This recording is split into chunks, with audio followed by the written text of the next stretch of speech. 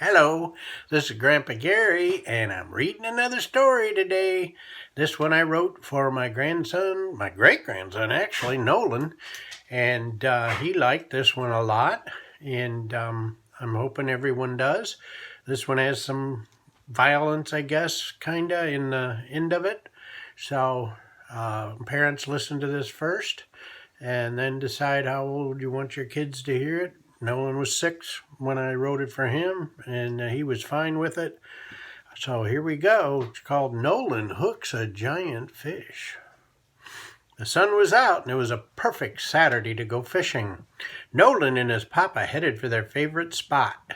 Nolan was a good fisherman, and he had caught many fish. But today would be the first time that a fish caught him. Nolan had a bite. He began to reel it in. The fish jumped out of the water and grabbed Nolan.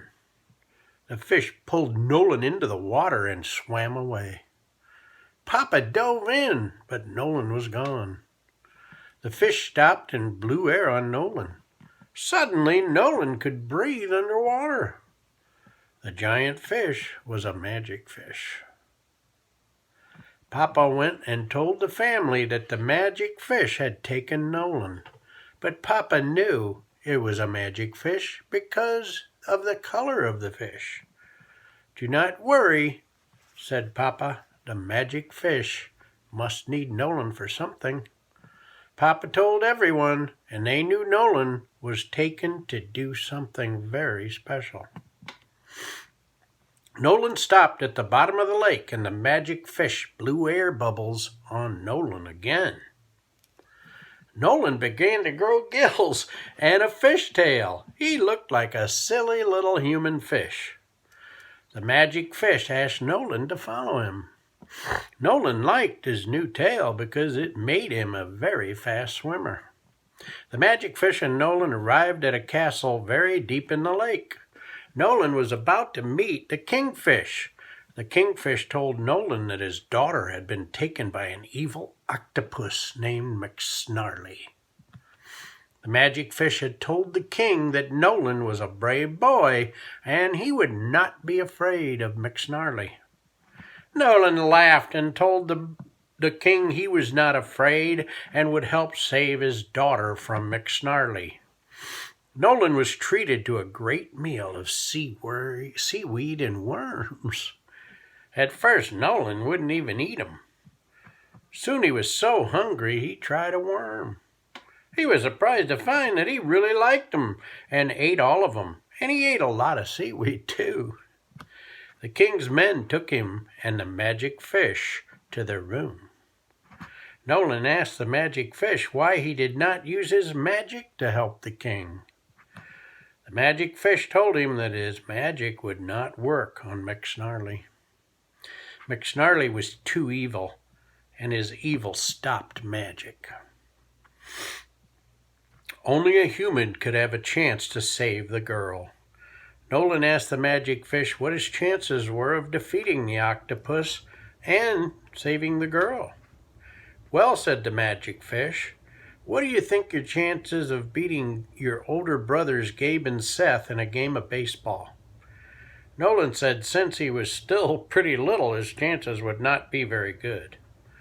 The fish said, "I am afraid you have the same chance of defeating the octopus." "Oh, I forgot to tell you, he is a giant octopus." Nolan fell asleep and dreamed of a fight with a giant octopus. Nolan lost the fight in his dream.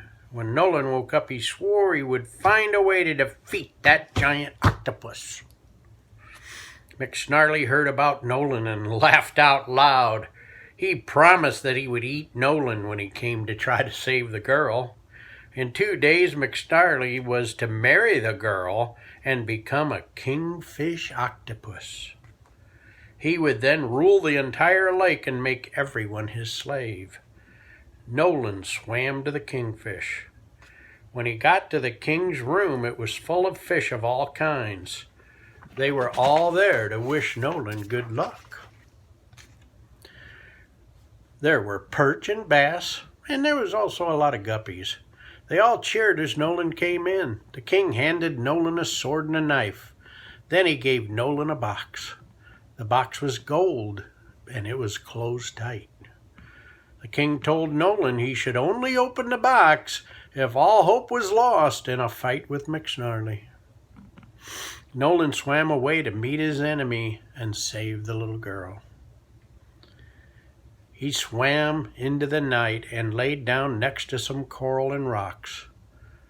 Nolan fell fast asleep. Nolan opened his eyes and saw a great white shark looking at him. The shark was Sharky McShark. He was a friend of the kingfish and wanted to wish Nolan good luck. Nolan thanked him and swam away. Nolan stopped because he heard something behind him. He turned around to see a giant swordfish. It was Swordy McSwordfish, and he was a friend of the kingfish. He wanted to wish Nolan good luck. Nolan swam away to find McSnarly. Nolan was blocked by a giant barracuda with huge sharp teeth. Barracuda McCuda! He was a friend of the kingfish and wanted to wish Nolan good luck. Nolan thanked him and swam away. Nolan arrived at an underwater cave. Nolan could see giant octopus arms sticking out of the cave. Was it McSnarly? No, it was his brother, McMeanly. McMeanly attacked Nolan with 8 arms at once. Nolan pulled out his sword and quickly cut off one of his arms. Nolan dropped the sword and pulled out his knife. Nolan cut off another one of McMeanly's arms. The remaining 6 arms attacked again and again, and 8 more arms grabbed him from behind. It was McSnarly. Nolan was trapped. 6 arms from McMeanly and 8 arms from McSnarly held on to Nolan. They squeezed tighter and tighter. Nolan knew he soon would be squeezed to death. The octopuses squeezed so tight that the gold box came out of Nolan's pocket. It landed in Nolan's hand. Just before Nolan passed out, he flipped open the lid. The gold box sent out a loud siren.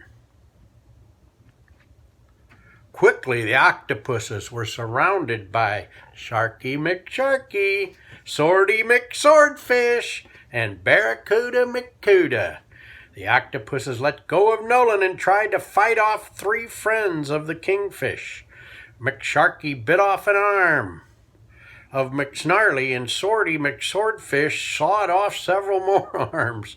The razor-sharp teeth of Barracuda McCuda ripped into the octopuses. Nolan picked up his sword and helped finish off both giant octopuses. Nolan swam into the cave and saved the girl. When they got back to the kingfish, he was very happy. He told Nolan he could stay with them forever and be rich and help rule the underwater kingdom. Nolan said he would miss his family too much, and he wanted to go home. His wish was immediately granted, and Nolan was once again at home, and he lived happily ever after.